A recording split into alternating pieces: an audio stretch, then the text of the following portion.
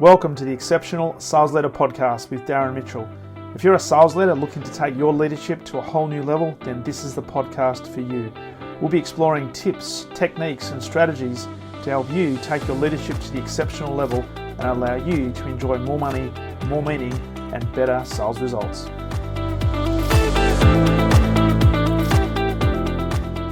Welcome back to the Exceptional Sales Leader Podcast, and welcome to a man who we're not going to name him Mr. Raccoon because we just had a conversation about his lighting. But really looking forward to this. Mr. Richard Webbe, welcome to the Exceptional Sales Leader Podcast, my friend. It's been a few months, if not a few years in the making. It has, Mr. Darren Mitchell, sales leader extraordinaire, and it's great to finally be here. And I've been in that very long queue to get on, so I'm very happy to be here, and thanks for inviting me. No, I appreciate it. And yeah, there has been a long queue. It hasn't been a far queue, but it's been I am looking forward to this conversation because you're a man who is an entrepreneur.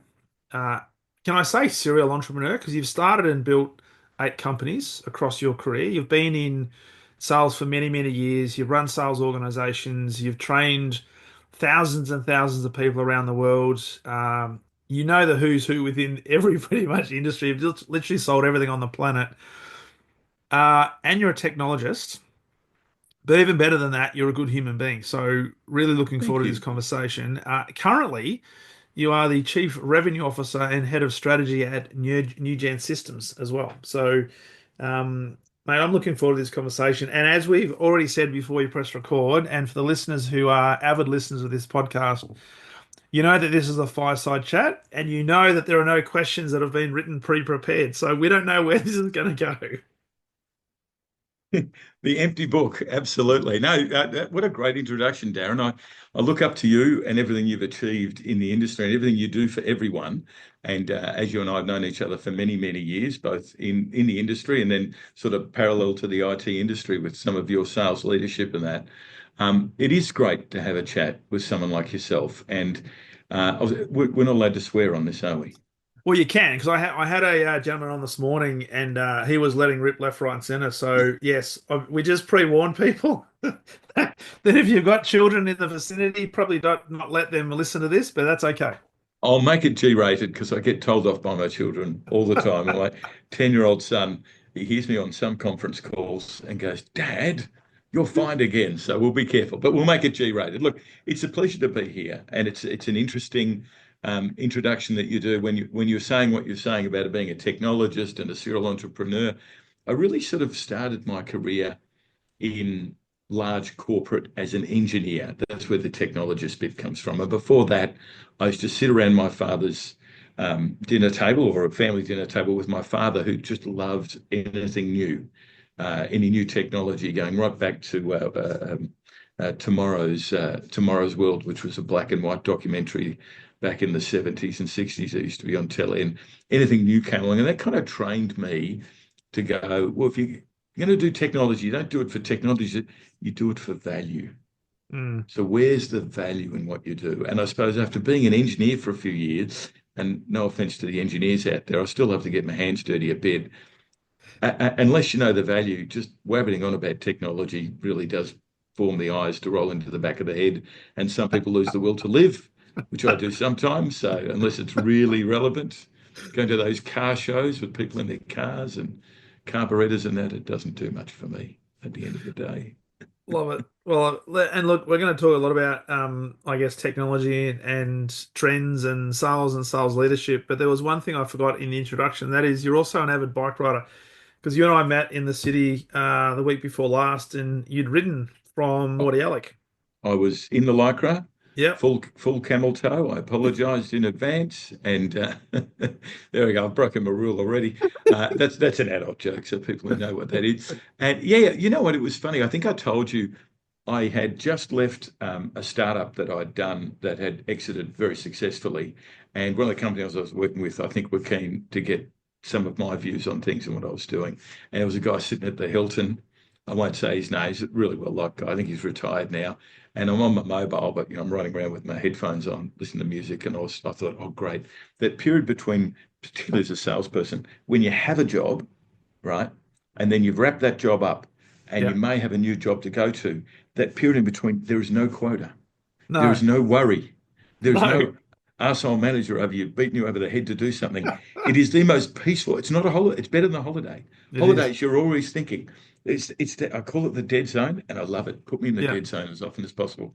So I'm riding around Melbourne, literally in the dead zone, and I was enjoying the city of Melbourne and not being in a suit. And this guy was at the Hilton ring. They said, "Oh, Richard, I want to talk to you about, we're going to expand into Australia." And I go, "Okay, when do you want to chat?" He said, "Right now." I said, "Why?" He said, "I'm on a flight in 2 hours back to New York." I said, "Okay, where are you?" And he goes, "I'm here." And so there I walk into the office with a bunch of people that knew me in Lycra with my bike on my shoulder. And I walk straight into the CEO's office and sit down there with my bike. And everyone's going, "What was that? Why?" I'm a great believer, Darren, and I know that we all work very hard in our industry from a very young age to present ourselves professionally. And Mm, I'm a great believer in that. But I also think that value and who you are stands well above all those things. So mm. if occasionally you turn up in Lycra or in a bike or not appropriately dressed, I don't over rotate on those things. I think, you know what, that's just the way it is. So it doesn't worry me that much. I'm not too image conscious, although some people would say I am. Because I don't have many hairs out of place, so they worry about that. I was going to say you've also had it. Well, you did have a helmet on the last time I met you, so you took that off. But I was going to say I had a bit of a clip since we last met. I think I have, and it might have been a self-done one. Hmm. I'm very lucky at my age because 90% of my peers have lost all their hair, and I've Mm. still got the same thickness of hair I had when I was 20. It's a Love it. little grayer than it was. And I was getting sick of paying. So I actually have my own clippers at home. Okay. And because the fashion is to have this sort of neat clipped hair, Yeah. I just run it through every now and then, or a lot of gel. Love it. Love it. I'm similar. We bought clippers back in COVID where you couldn't get to the hairdressers because, Daniel Andrews said, "No, everyone's got to stay home." And we every now and then we just use it. I must say I haven't used it in the last 12 months, but yeah, they're very useful tool. And I'm the same. Like at my age, I'm 56 now, and like my brother's been lack of hair since he's probably early 30s because my old man was bald, and I'm lucky that I've got thin hair, but I've still got the same head of hair that I had when I was a Mate, you look the teenager. same as you did 20, 25, 30 years ago. So you're doing just fine. And you live up the bush. So I understand why you have your own clippers. You just finish on the sheep and then get started on your head. And then when that's finished, you go back to the sheep. So I totally get all of that. I think that's That's perfect. it. That's it. That's it. But we're not here to talk about sheep and cutting hair, No, we're are not we? here to talk about sheep or clippers or lycra or bike riders or camel toes. What we are here to talk about is sales and sales leadership. So, you started your career as an engineer, and Yeah, what I'd love to know is what was it about sales that uh, that was an incentive for you to move into? Was it absolutely. was it a person? Was it a situation? I think, look, as with all of us, a combination of things. And I think I said when we caught up the other week that I don't see sales as a career. I Hmm. see it as a skill that sits as a very important skill Yeah. inside a number of roles and a number of careers. Now, my grandfather, who's probably one of the people that I revere the most, was a very quietly spoken, 100% gentleman.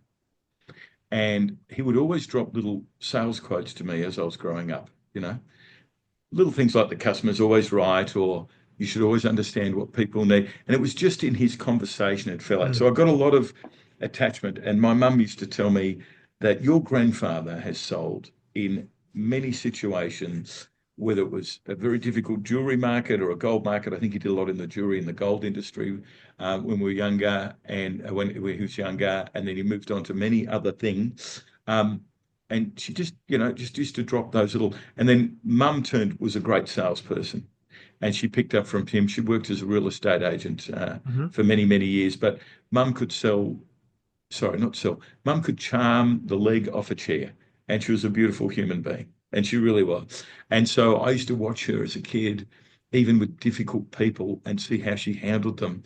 And I'd think, wow, that's quite amazing. Me as a kid thinking, yeah, I just want to kick that bastard in the shin. And there's my mum being, she always say, kill him with kindness, do all that sort of thing. So that went well. And then when you combine that with my upbringing with my dad, he was a total Asperger, if you know what that is, a Mm. total technologist, an inventor. He invented many things, right? I won't get into all of them now, but some of them groundbreaking, like global groundbreaking.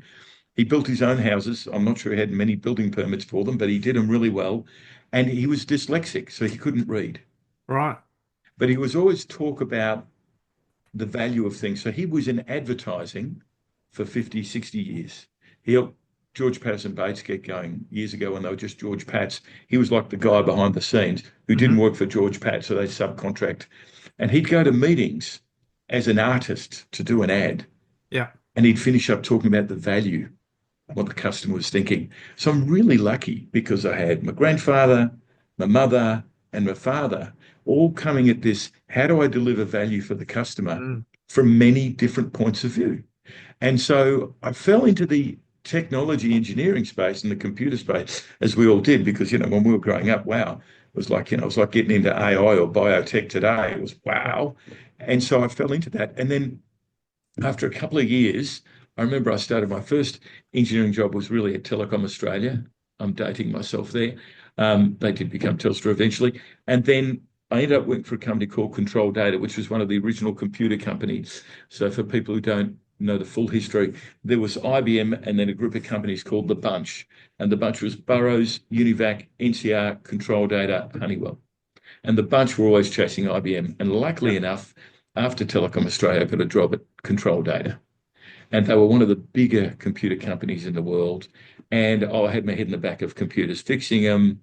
For people who don't know, they pretty much invented the disk drive with Mm. Philips and all that sort of stuff. A lot of technology out of Xerox that they made use of. And I loved going around and solving people's problems. But as a service engineer, you'd go in and everyone hated you. Everyone was pissed off. Everyone was screaming at you, fix this bloody thing. And while I liked being the hero, Yeah. I didn't like some of the negative crap that went that. So I did that for a number of years, and I learned a lot, of course, about people and technology. And my mum loved customer service. She gave me some tips. And then I think it was one of those GFCs that we used to have every 10 years back in the 80s. And one of the engineering managers who I really respected, Peter Bowick, came to me and he said, "Oh, we're going to have to start chopping some of the engineers because we're not selling enough." And I said, "Oh, how would you solve that?" And he goes, "Well, it's easy, Richard. We'd sell more." Yeah. I said, "Okay, well, where are the bloody salespeople? What are you saying to them?" He goes, "Well, we're a bit understaffed for salespeople, but in these conditions, I couldn't hire someone else." And I immediately, I don't know, I just said, "Well, why don't you make me a salesperson? I know all the Yeah. customers. I know what they want. I feel their pain, literally, often sometimes physically." And just so you know, I have several situations where customers thumped me True because I stuff. was so angry at their technology and, you know, gave me a friendly, but not nasty, but a knuckle job. And he said, "You do that?" I said, "Why not?" I said, "They're my friends. I work with them. I don't want them to get sacked. And I don't think I like being an engineer anymore." Mm. So I went on to do selling. It was third-party maintenance contracts. And my grandfather couldn't have been happier. My mum couldn't have been happier. And so, every conversation then was about, how do you win your customers over? Where's the value? What are you doing? And some very funny stories ensued with all of that sort of stuff. So yeah, so that's an upbringing built on value, sales, and customer service. So I was going to, and you probably already answered this, but I was going to ask you as a bit of a foundation for this conversation, what do you think makes a good salesperson? Um, Let's Now, see. Go on. because you've mentioned value, you've mentioned customer service, because you had the, I guess the benefit of having an upbringing with people close to you who was artistic, right? In terms of your father and being creative from an advertising point of view. Your mum, customer service focused, but also good at selling in real estate, but also your grandfather as well. So not everybody gets the benefit of having people closest to them, from a relationship perspective, teaching them how to become a good version of themselves to then be successful, quote unquote, in the marketplace. So that gave you a good standing and a good start. But as you look back now on your career, um, what do you think then makes a good salesperson or a great salesperson? Darren, that's a perfectly framed question, and I appreciate it because I think Good salespeople are made, they're not born. That's rule Mm, number one. You can get someone who's a charmer, they've got a great sense of humor, they get along well with people, but at the end of the day, there is a dance and a technology and a process and an appropriateness to how we communicate with people so that mm, they buy products that add value to their story and we successfully sell them. And it's not wearing a nice suit or driving a fast car or being charming or, you know, and, you know, people used to say it's all about relationship selling. I have blocker issues, right? And I have motivating issues, right? So, first thing is good salespeople are made. And mm, what makes good salespeople great salespeople is they listen. mm. That's it. They listen. And you would laugh at me because I talk so much and you'd think I don't listen, but I'm very ADHD. So I listen and talk at the same time, which some people don't believe actually happens, but I do. Well, you I do. kid myself. So it's kind of interesting like that. So you've got these pusher and blocker issues, right? So what's a blocker issue? If you don't address that issue for that person, they will never buy. Mm. Now, what is a blocker issue? I used to make this joke. It's a little bit sexist, but what, what do flight attendants use as a contraceptive? And I always say their personality. So that's a blocker issue. Now, that's male or female flight attendants for anyone who's listening. So it's not really sexist. But what I'm saying is, number one, don't let your style or personality get in the way Yes. because it'll become a binary decision, yes or no. People might want what you've got, but they hate you. So they won't buy it from you, right? They'll look for they go, that's a great idea. I'm going somewhere else. So, and I know I've done this in the past. By the way, as you know, I'm working on a series called How I Screwed Up Selling. I have screwed up everything, everything and anything. I've screwed it all up, and I've done it all wrong. And I've been kicked out of meetings, laughed at, hurt people's feelings, done the whole lot. And Mm. hey, why not? Because if you're not doing that, you're not learning, you're not doing anything. That's it. So, number one, a great salesperson listens. Number two, a great salesperson doesn't let who they are get in the way. And I don't know if you're in one of those workshops I ran in the old days, Darren, but there's a thing called the Herman Brain Dominance Quadrant, which people call DISC or they call Mm. a bunch of LNTJ. Yeah. I've done them all. And I remember I ran a session for one of my old clients, which was Australia's largest telco, and I had about 1,000 people in the room. And one of the guys said, "Oh, Richard, we need you to do a filler beyond what you're presenting on." And I had an idea. Okay, so I'll do a personality talk. So I got everyone in the room and said, okay, there's four main types of people. This is what the Perman Brain Conference thing says. There's the analyst. Yeah. The numbers must add up or everything's shit, right? There's the group hugger. Nothing's right unless everyone in the room is happy, right? And then you get the influencer, which people would probably tend to describe you and I as Mm. salespeople and communicators. That's the influencer. Yeah. And then the last one is you have the dominator, who's the natural born leader, the one that makes decisions when everyone's not so sure. You need all four of those people, but you need Yeah. all four of those traits in your body. Because if you can't Mm. call on all four of those, you've got a bit of a challenge, right?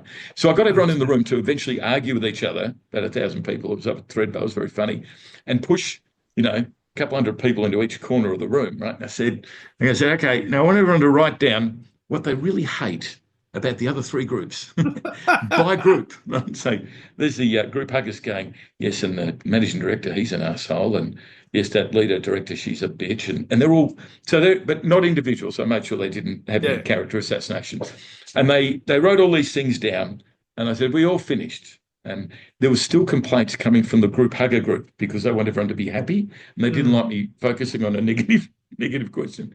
So they all came back and they all said, yeah, and they're autocratic and they don't care if the numbers, unless the numbers are, and everyone got it off all, they realised they're just getting it off their chest. And they said, so what did we learn from today? And again, the group hug yells out, this is a bad exercise. Everyone's being mean. I said, yeah, we'll get back to you and give you a hug in the neck. Anyway, so I got a formal complaint from that one. Anyway, so they all came back. I said, what have you learned? And they're going, oh, they do this. I said, no, you all learned that when you go out the front door of your house and you meet anyone, 3 out of 4 people won't like you because of who you are. Yes. And you've got to help people get over that. So a Mm. really good salesperson can add value to a relationship like you and I do by making jokes and having fun and complimenting each other and stuff like that. But the real value is to make sure you don't get in the way, Yes. that your personality, and I've done it, I've been the worst at it. And Mm. I'm sure, people that you and I both know go, Webby, he's an arsehole because he did this. But you've got to stop that. So be a good listener, right? But be able to understand that you don't introduce any blocker issues. And the biggest blocker issue people introduce is their personality. Yes. And that's a problem. So if you can get over those two, if you realize that, people might see me as a bit of a something, maybe I'll try Mm. and tone that down or spend Mm. more time focusing on them, right? And so questions, listening, getting out of your own way, I think they're the two big things. Then that's sales as a skill. Then whenever industry you're in, know the value of what you have. That is Mm. number one beyond Mm. those two. If you don't know the value of what you have, you can find out and you can win a sale by finding out. That's lots of questions and listening, getting the customer or the prospect to educate you, which is a great way to keep your mouth shut and get them Yeah. talking. Yeah.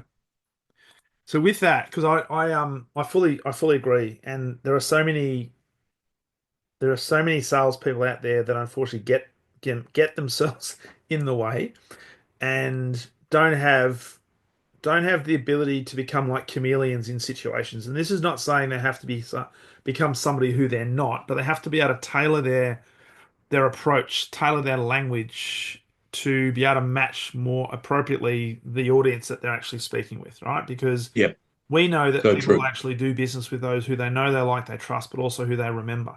So if you are abrupt, if you are challenging, if you are resisting becoming somebody like a little bit more amenable to the other person, it's going to be really hard to break over those barriers because there will be a blockage between. Yep, yep. And your reputation, which you can control to some extent, Mm, but it may precede you unfairly, yeah, you know. And so yeah, you turn up and they just hate you because someone backstabbed you somewhere from the start. correct. And so you've got to find these neutral, as you say, as you're alluding to, these neutral levers where people go, oh, hang on, I think I might Mm, have to reassess. yeah. Which then brings it to, okay, what is the value? And you've been across multiple different industries in your career, and we talk a lot about what makes our solution or our product or our service unique. What is our unique value proposition or our unique selling proposition? I'd love your thoughts on this because you've been and you've trained thousands of people, really well credentialed. When you talk about value, right? How do you define that? And is it value in the eyes and the language of the customer, or is it the value in the eyes and language of the seller? Absolutely perfectly frank question again, Darren, and I'm with you. So number one, it is all about the customer. When they say that conversation, the customer's always right. My grandfather said, "Don't always take that literally, Richard, because that won't work out for you." So number one, I find that value you're looking for to make sure that the customer or the prospect wants to deal with you or wants what you've got, and be prepared that if you don't have the value, walk away. There's no Mm, use in shoving a bad product in a bad situation because you're going to make the month's numbers. That's not your mm. fault. You shouldn't do it. People try. It's Yeah, a lot easier to find a real prospect. Anyway, so number one, it's the personal value. yeah. And that's the complicated one. So we all Mm, know, I know if I put, how was it? I remember I met with Peter Solvik, who was the head of Cisco's internal intranet, one of the first big intranets in the world. And he got I think it was a 4,000, I could be wrong, I could be exact, was it a 1,700 or 4,000% return on his investment? hmm So he said to the board, I want to build this thing, I want to call it an intranet, and I'm going to do it, right? And they said, well, okay, but and he came back with such a big return. They said, you now have an open checkbook, Wow. do whatever you want. However, you must get the same return as you just got. So, whether it was 1,700% or 4,000% or whatever I used to present on this around the world, it was a success. So that's the financial value. And if you know what you're doing, you can say to someone, I think, because every situation is different, you're going to get value in around this area. But if you're in an industry, everyone in the industry is saying the same thing. Mm, So how do I change that, as you said? How do I make that unique? the first unique thing is tap into the person you're talking to. What are their KPIs? Now, I always say a great organisation has the organisation's KPIs aligned with the individual's KPIs, aligned with the revenue KPI. Do you know, it all matches up. Yeah. No organisation ever gets that right. It No. is always disconnected. It is always a cluster, right? Yeah. So I want to get to know this person without wasting their time, but I really want to know what's important to them as an individual. We will always put ourselves first, no Hmm. matter what people say, no matter how altruistic they want to say, they want to keep Yeah. their job, they want to feed their family. So you do the personal one first, and then from there, I think asking them, how does that relate to your company's goals? Hmm. And if you know where their conflict is, you can come up with a unique value proposition. That is, I look for the gap between the company's KPIs and the individual's KPIs and how my product, not Hmm. just meeting those, can bridge the two so they Hmm. look like they're perfectly aligned. A good example of that is I had taken over a company that's now been sold. I think can I say company names here? Hmm. So I got Absolutely. I got given the role of running an account at a company called Broadsoft that did unified communications. Yeah. They'd been a startup for 14 years. Mr. Tesla and the team, I loved working with all of them. They were wonderful. My boss was good. And actually, all three of my bosses were great. We had a little bit of conflict because I'm kind of an outrageous character at times, but that's life. And I went in and I had my first meeting with this big account, which I won't mention, that'd be unfair. And they basically sat there, well, we're going to throw you out. You're useless and you're no good as these other mega huge companies, right? And I remember one of those mega huge companies I'd interviewed for the equivalent role with them, and Yeah. I'd been very quickly dismissed as you were you could never do this job, you big loser, you. And I'm thinking, okay. Anyway, and you can imagine people saying that to me, Darren, as you know. So I crumbled along and I thought, okay. And I went and focused on a few individuals. I said to my boss, do you want to sack me now or shall I just pretend to do the job for 6 months? And then when I don't make my number, how about you sack me then? I probably will have found another job. All that stuff goes through your head. We had a few drinks on the plane on the way home. Anyway, so I went in and I just spent time hanging out with the customer, Mm. right? And I buy them pizza, I buy them a beer. I tailgated a few times illegally into the business and wandered around. Shh, don't tell anyone. Actually, I did it behind the head of risk and the head of security who knew me but didn't realize I was tailgating. I won't say that again. Anyway, so I found out that this particular group had a $10 million hole in their budget. Then I hurt my back, really one of those ruptured disc things. It's Yeah. all cool now and fixed now. And I had Yeah. a little bit of exercise and surgery to fix it, but it's all good. And because I couldn't get up and leave the house for a few months and I was lying flat on my tummy, I got bored. So I got on a spreadsheet and I started playing with numbers. And I looked at how their spend was going to go and how it was supposed to go and how the market was growing, Yeah. but how they couldn't have their costs increasing like that because their margin of profit was shrinking because of the Mm. market. And I love playing with numbers. I just worked out a way whereby, well, if they do this, this, and the other, if they agree to pay me this much money over a longer period of time, I'm sure all of your friends in the audience would know this. Yeah. Then if I get the money up front, typical salesperson, let's solve today's problem today, worry about numbers later on, another day, then I can give them a huge discount on this. And then if I can get them to commit to a deal that big, I think the share price of our company will go up enough that I can get the CEO to sign off such a big discount. So then I tailgated, right? And so I'm the only one that played with the numbers, Yeah. not inside the business and not outside the business. Yeah. And I think I mentioned a friend of mine to you, Elliot Epstein, who's a Yeah. wonderful sales trainer, and I think you're going to have him on the program soon. I He am. sent me a note that you guys had connected. Yeah. Ex stand-up comedian, funny guy. I go and have dinner or drinks with Elliot, and I can't talk anymore because I'm laughing and he's dropping all these one-liners. But when you do a sales training session with him, I do a bit more of a comprehensive. He just comes in with the one thing, Yeah. and you have to do his session to understand it properly. But without taking his thunder, know your customer better than they know themselves. So Yeah. it's getting back to what I was saying. What are the individuals' KPIs? What are the organizations? So I had this whole transition this business was going through. They had to increase the number of licenses they bought from us, but they couldn't afford to pay for it. Their margin was. So I worked out a financial plan that solved that. And so I barged in to the head guys who wasn't returning my calls, right? And I opened the door, and if he's listening, he knows exactly who he is. And he turned around and said, "Oh, Richard, why don't you just barge on in?" I said, "You don't have to ask. I just did it." Right. Now, this sounds like a situational comedy on telly. I kid you not, they're the words I used. I was so confident in Yeah. my numbers. And I said to him, "Mate, I know you've got a $10 million hole in your budget, and I will solve it for you immediately." Hmm. And he goes, "Well, you can get stuffed because you're going to make me spend an extra 50 million to save 10." I said, "No, on your plan spent now, I'm going to save you 10 million bucks."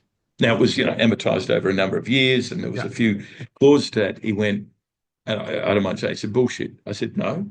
He said, "Okay, then sit with my guys, show them the finances, Hmm. and off we go." So I said, "Okay." I came up, and no one could fault because even the marketing people came out and said, "Well, they're not the right numbers." I said, "They are. I actually got them from your database, just so you know. And this Yeah. is your growth." And they're going, "Well, who showed him?" And I kept telling them, "Guys, if you don't share with me, Yeah. I can't help you." Yeah. Right. So I won over 90% of the time. There was one particular guy who was doing anything to shut me down just because he was, one of those guys. If it didn't happen with me, it didn't happen, right? Yeah. So his KPI was totally against, but I had the majority. So all I did was just basically ignore him and worked around him and put Chinese whispers to all the other stakeholders. Um, and he hated me so much so anyway, so that became a $50 million deal at a time when this particular customer was getting rid of all their suppliers. Yeah. And it was the biggest deal in the history of the company. Mm. And all it was like Elliot would tell you, know your customer better than them, know the KPIs of the company and the individuals, and know where that gap, that little hard pinch point is coming.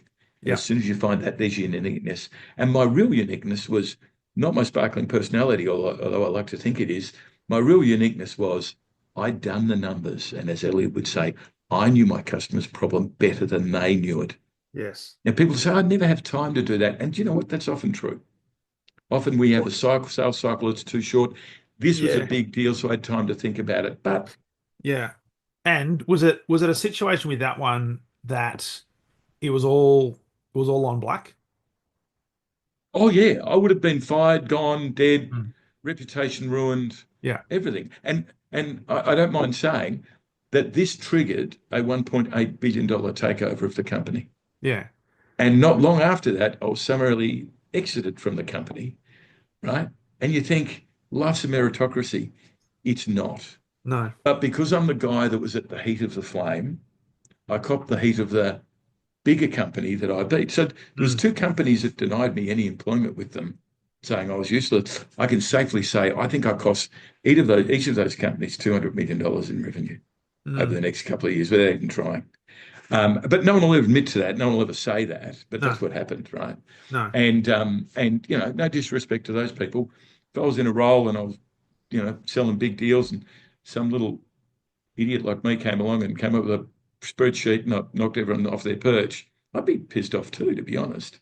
We would, but But it's actually due diligence though you've done, right? So and you mentioned before time, and I think from a sales leadership point of view, a lot of sales leaders put their teams under so much pressure to hit the short-term immediate goals, and probably create an environment where salespeople cannot or are encouraged not to invest as much time into getting to know their customer better than the customers know themselves yep, because they have to get the number. So it's all about the transaction, it's all about the product. Just go and flog the product. We've got to get a number because we've got to appease our chief revenue officer or our chief financial officer. So that's a challenge in a lot of cases because we want the short-term gains, but we also expect our salespeople to build the strategic relationships. and that is exactly, and you can ruin a strategic relationship by being too quick. I remember in the early days of going to the Chevron nightclub in Melbourne. Anyone who remembers that, or Underground or Redheads or one of those. And of course, because of my sparkling personality, I was usually with a group of guys I was with. I was always pushed to the front of the group to go break the ice with the girls and have a chat. And I used to come up with some very slappable across the face lines to break the ice. That was just me being charming. But I remember I learnt very quickly in meeting members of the opposite sex, which to me was the ultimate sales situation. Where's Mm. the value? What are you up to? I think there was a research survey released recently that was very disappointing to me. But it said women find any man attractive if he looks like he has the resources that they want. Isn't that amazing? Right? So you can Isn't dress that me up. interesting? If I dressed up in an expensive suit and pulled up in a Ferrari, I'm going to be a lot more attractive than I am sitting here with my headphones on and sitting in this office. But for women, it's the other way around. Whether they're in a potato sack Yeah, or some expensive designer clothes, yeah, they're the same attractiveness. yeah, So, and the scientific theory is we're looking for a partner to have kids, yeah, to procreate, and they're looking for someone to provide resources. yeah. And so whenever I was in that situation, the guys I'm with would be saying, and I used to say to the girl, so after tonight, whether we have a drink together or catch up again, what are you going to be thinking about tomorrow? What would you have thought of happened on this night that you could have done better or worse or Yeah, fun? And I kid you not, it worked really well yeah, because just like you said, I always gave people a long-term view, yeah. not a, and yet, of course, all the guys that never were successful, the girls, they had I'm drunk. I think I'd like some girl to kiss a bit later. So where will I go? Some of them used to say, go ugly early. It's more successful. Oh, no. I didn't say that. Sounds very misogynistic, but they did say that. I did say that. So yeah. So, and that balance between long term. So for those people that have short term sales cycles, that is in, you have one call. Mm, You're on a phone. You have one call to catch attention. I got to tell you, the people who called to sell to me during the pandemic, man, some of these people were good. yeah. They were so good. They tapped into how we were feeling.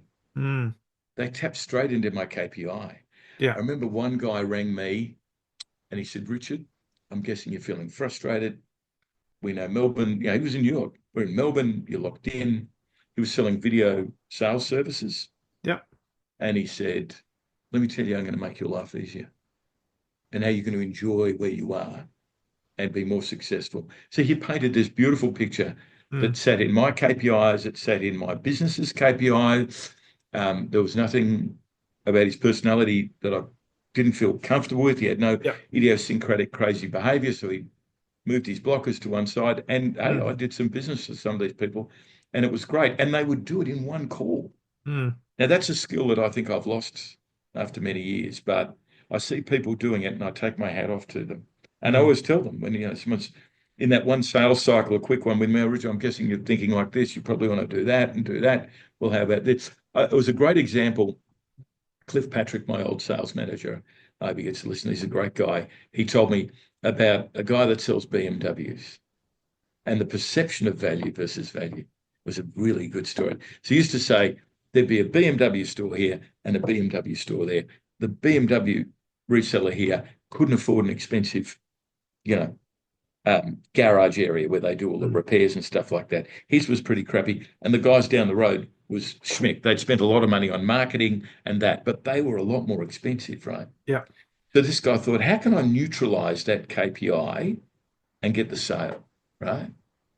And so what he'd do is often people would go to the glitzy one first, Yeah. and they'd show them around, they show them the garage and give them the nice cup of tea and coffee as you get at these dealerships. And then they'd come to him and say, how much for that X5 or, that M3 or something like that. And he would give them a price cheaper than them and they'd go, "Ooh." And he'd go, and guess what? Because we're a BMW salesperson, all of the quality associated with BMW is bestowed upon us as much as it is with our friends up the road, instantly neutralizing Mm. the expensive unique value proposition the first guy had, and Yes. he sold more BMWs. There you go. There you go. The perception of value. Yeah, and neutralizing someone else's uniqueness. because all Mm, they were doing is relying on their shiny brand. mm. A uniqueness, a real unique value proposition relates to the individual. And that's an interesting thing because often organizations will try to think about what makes our product or our service unique. And what makes that unique is not necessarily the product, but the person who's representing the product. Oh, you Does absolutely, does absolutely. Richard, Well, as the salesperson, as the chief revenue officer, does he resonate with this organization to the point where it's not so much does he pass the pub test, right? Or the nightclub test, but is he a good person, right? Does he bring personal value to me as a human being that I can see that there's integrity there. He's not here to just to flog a product, then he's gone, but he's going to be there for the long term. and that is a very key point, Darren, as you know. And so, if I'm in an industry where I only get to have one meeting with someone or multiple, I better know what's happening in that industry. Mm, I better know what the key KPIs in that industry. So when I turn up, it's not just me and the product, but I share some thought leadership and information with them that they've never thought of. mm, And then they're going to want me to come back every week. yeah, Guess what, Darren? I learned this. yeah, Not many people know that. And here's where it came from, and here's the data. So, yeah, you are the product. You're a part mm, of the product. And the uniqueness, I mean, it's really cool. I met with a friend of mine, not a close friend, so we're associate friends from the industry.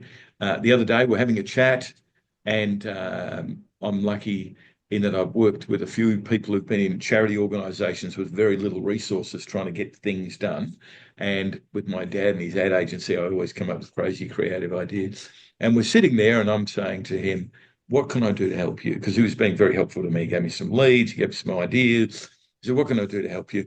And he mm, said, "Well, here's my challenge." And I gave him an idea that he hadn't thought of before that I'd seen done in other industries. And his eyes lit up and he went, "That's very good." So do I think we're going to catch up again soon? Absolutely. mm. Because our whole exchange was respectful and built on adding value.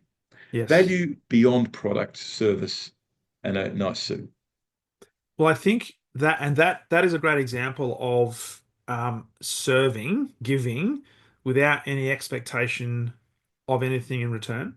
Yeah. Because a lot of sales, and let's be brutally honest here, sales is a transaction Yep. because nothing happens unless a sale is made, right? So companies are built on sales, and we need sales to make the world go round and make organizations successful.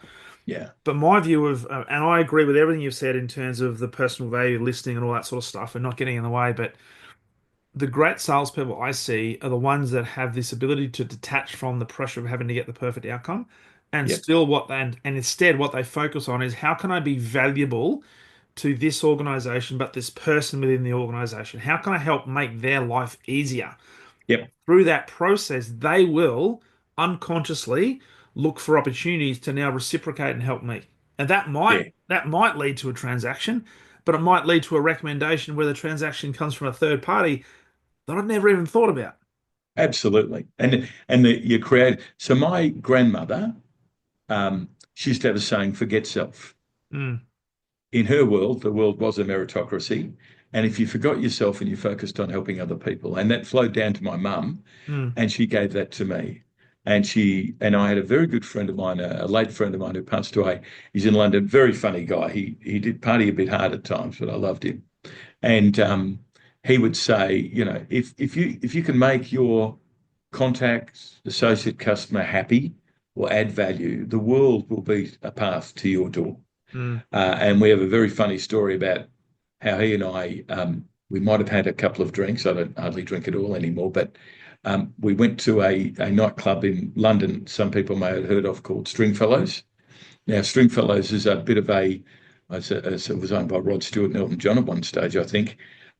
Iconic sort of semi nightclub strip joint, but they used to do big parties there and yeah. had the mirrored walls and the 70s mirrored dance floor, but it wasn't sleazy. It was this upmarket thing. You'd often see very famous people there and stuff like that. And so one night, I won't say his name, my friend said, "Let's go we'll go down to Stringfellows and have a drink down there. That's always interesting. And I wasn't living in London at the time, even though I Yeah. have. I was just passing through, so it was fun for us to catch up. And we used to always play this game: who can we be, and what value can we add? And I went, I don't know. Let's just discover what that is. So we got to Stringfellows, and on this particular night, it was very formal, and there were all these limousines pulling up out the front, people getting up. So we jumped out of our black cab and then ran around an open door of a limousine, and then walked in as though we'd just gotten out of the limo. And the bouncer, I always used to pride myself. God, I hope none of the big nightclub, I know most of them now, but none of the nightclub owners listening to this. I don't go to nightclubs anymore anyway. But so as we walked in, there's a guy there with a clipboard and he's got his bow tie. And he said, "Can I help you?" I said, I didn't even look at him. I said, "Mate, you won't find my name there. I'm working tonight." Now, I don't know what that meant, but it had some value attached to it. So my friend and I just barged straight in, and we walked in, and then someone immediately gave us a free drink. And I looked at my friend and said, "Oh, this is probably, we're on the right track there." And so two young ladies come up to us and said, "Who are you?" And I said, "Well, I'm Richard, and this is my friend so and so." "Yeah, but what do you do?" And I've looked around the room, and I'm trying to assess what the hell situation I'm in. And so I just said, "Look, I'm a manager."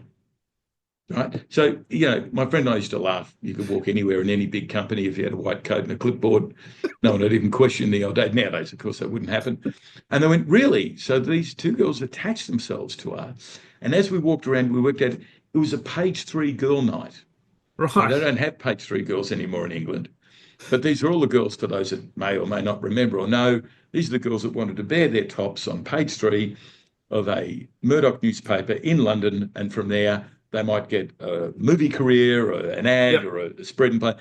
Samantha Fox, I think, was one of the most famous of all the page three girls, who many years ago, weirdly enough, I bumped into. And so um, as soon as we did this, we held an air of approach. And as we walk around, people are coming up to us and said, and they said, "So what do you do?" I said, "I'm an agent." They said, "Oh, okay." So the girls that were there wanted agents, so they wanted to talk to us.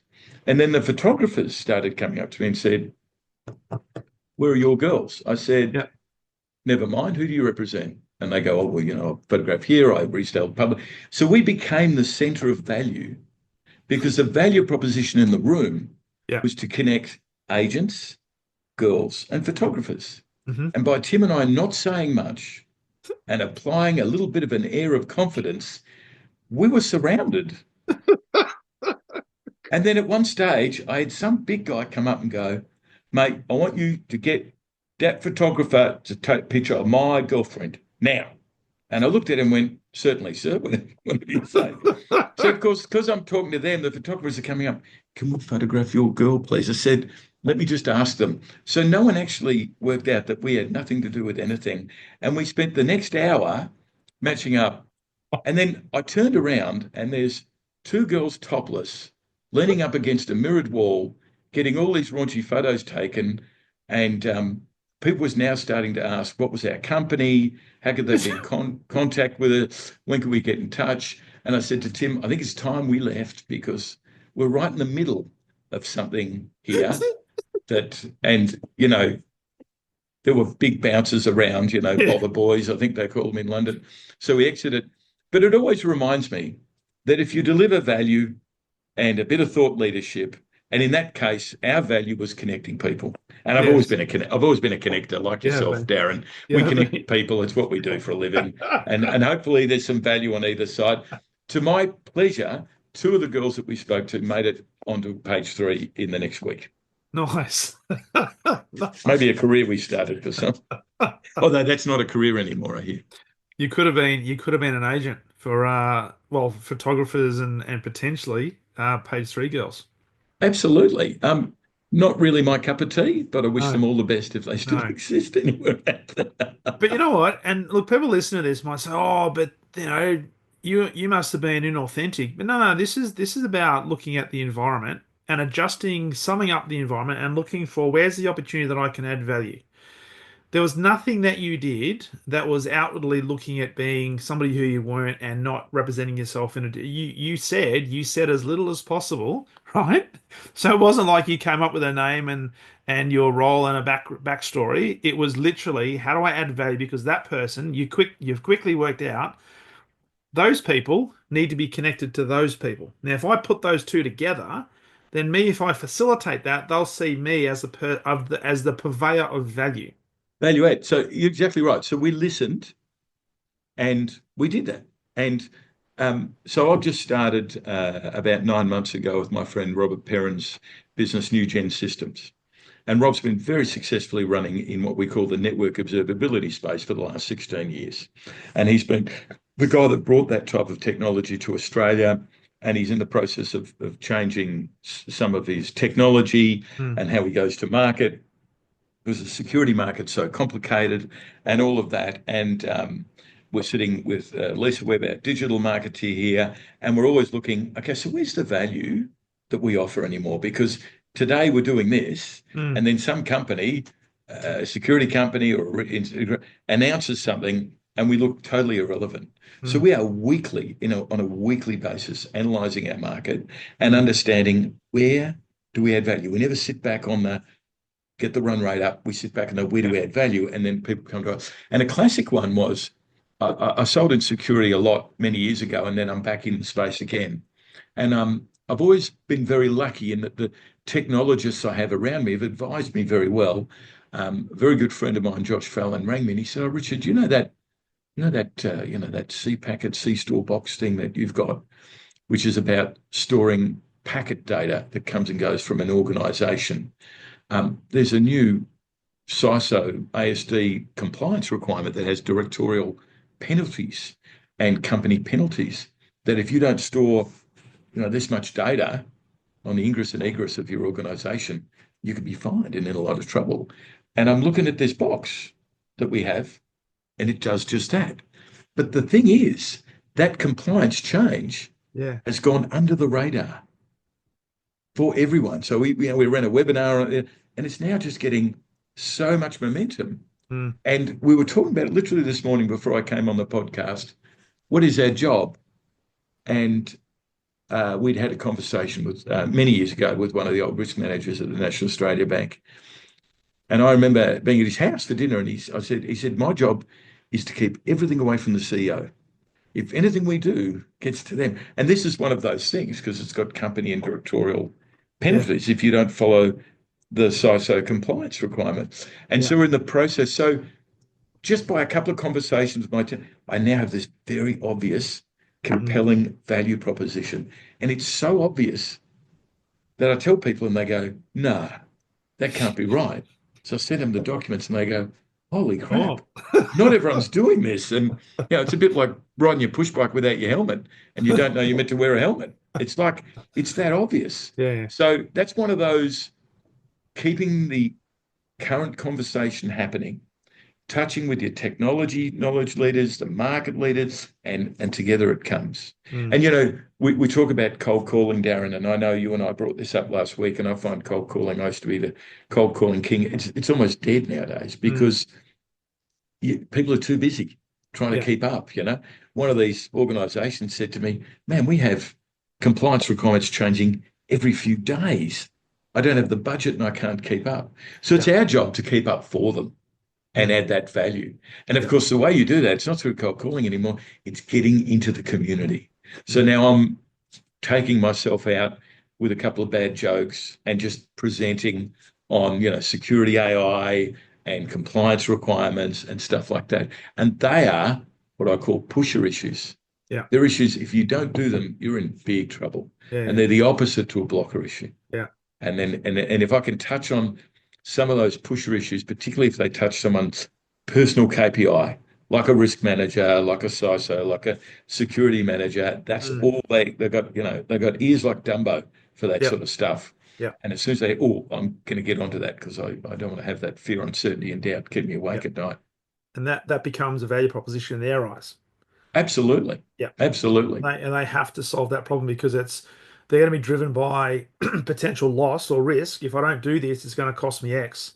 And Mm. that could be financially, it could be career-wise as well. So I need to look after my own backyard because I also need to look after my company's backyard. So I need to be across this. Yeah, Bridgestone did some research many years ago, and I think they found out that they couldn't, and I might be wrong quoting Bridgestone, so please don't sue me, Bridgestone, but someone did some research many years ago, and they said technically you can't sell safety. Mm. There's no value proposition attached to it because people don't care about safety until they hurt themselves, Yes. and then they care about it. Yeah. And so Bridgestone wanted to advertise their their safety. But how do I do that? So I don't know if you remember there was a tire ad. It won awards all over the world, and you know because my dad over focus on advertising a lot as well, and whether that clickbait or that few seconds of TV will give me the value proposition that I'm Yeah. expecting that sits in my zone. And it was a picture of the Michelin Man Hmm. and the Bridgestone guy, and he wraps up a family with his tires, and they're all safe, and they're all Yeah. bouncing around because he wrapped them up. Yeah. And so guess what? That was selling ego and love. Yeah. You buy a Bridgestone tire, Yep. forget safety, we're going to protect your family. And That's as a it. leader, as a mum or a dad who will drive, you need to do that. That's your KPI. And so Totally. it's different to selling safety because safety people worry about for everyone else, but never for themselves. Mm. No, that's brilliant. That's brilliant. Hey, this has been a great conversation. As we bring this to a close, AI is massive, and we've had conversations around AI. From the position that you're sitting in right now, having the experience that you do, the foresight and the insight that you have, how do you look into the rest of 2025 and beyond from a technologist point of view, but also from a sales and sales leadership point of view? Um, are you are you buoyed with enthusiasm, or are there some things we should be concerned about and conscious of? I ran an AI startup for a while. It was a number of years ago. It was too early, so they didn't really get out of the blocks. But the concept of AI and studying AI, I've done a bit. I think AI is fabulous, and I think it's all about mining the data. So, Mm. as salespeople and technologists and taking solutions to our customers, you've got to monetize, and they want to monetize the data. So, as a salesperson to monetize the data, I imagine it as a series of Venn diagrams. I've got a group of customers that need this. I've got a group that need that. I've got a group that need that. Oh, look, there's the crossover point, and I have an answer Mm. at that intersecting point. So AI will help organizations find that for themselves. It'll help organizations find that for their customers, but it never stops a human conversation Yeah, with someone to say, guess what? Here's the value, and I'm going to deliver it for you. yeah, And it'll all come back to the human element. And I always look at concentric rings, Darren. What we used to do manually, like pick up the phone and ring lots of cars, we don't do that. It's digital marketing. yeah. But still, the end conversation of I'm here, trust me, I'm for you. Mm. People like people. People like working with people. Mm. And Yeah, if that's the way it goes, that's the way it goes. And so yeah. we will always be of value. It's just our role is going to change slightly. And Mm. we need to move with those times. So if you're a great cold caller, might not be very valid in the future. But if you're a great listener and understander of value and what you have to deliver, that's where you'll win. Love it. And AI, therefore, will be a augmenting. It'll be an augmentation to what we do. It won't replace what we do. No, absolutely. AI is a total augmentation. Yeah, Remember, I always say with a mobile phone, we used to carry around our teledexes and all of that.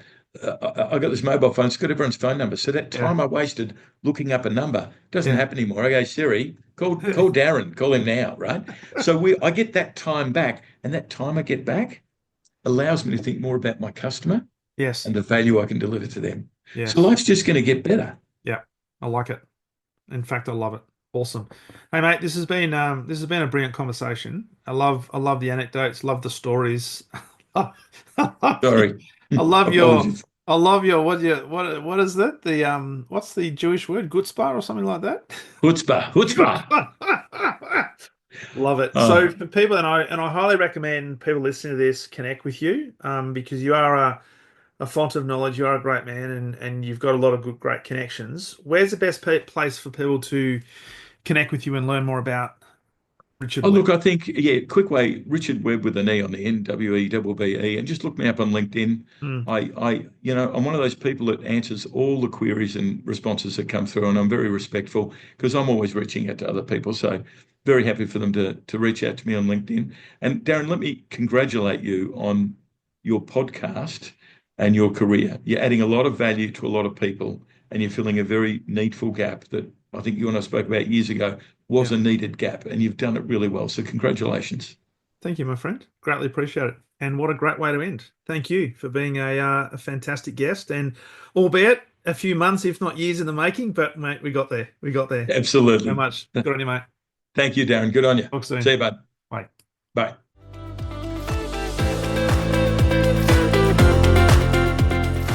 Thank you for listening to the Exceptional Sales Leader podcast. I trust the information in this episode has been helpful in your journey towards becoming exceptional. And remember, please take the time to rate the show, subscribe to the show so other people can find it. But also, if I can help you, jump on my calendar, go to leadwithdarren.com, and let's have a conversation about how I can help you along your journey to being exceptional.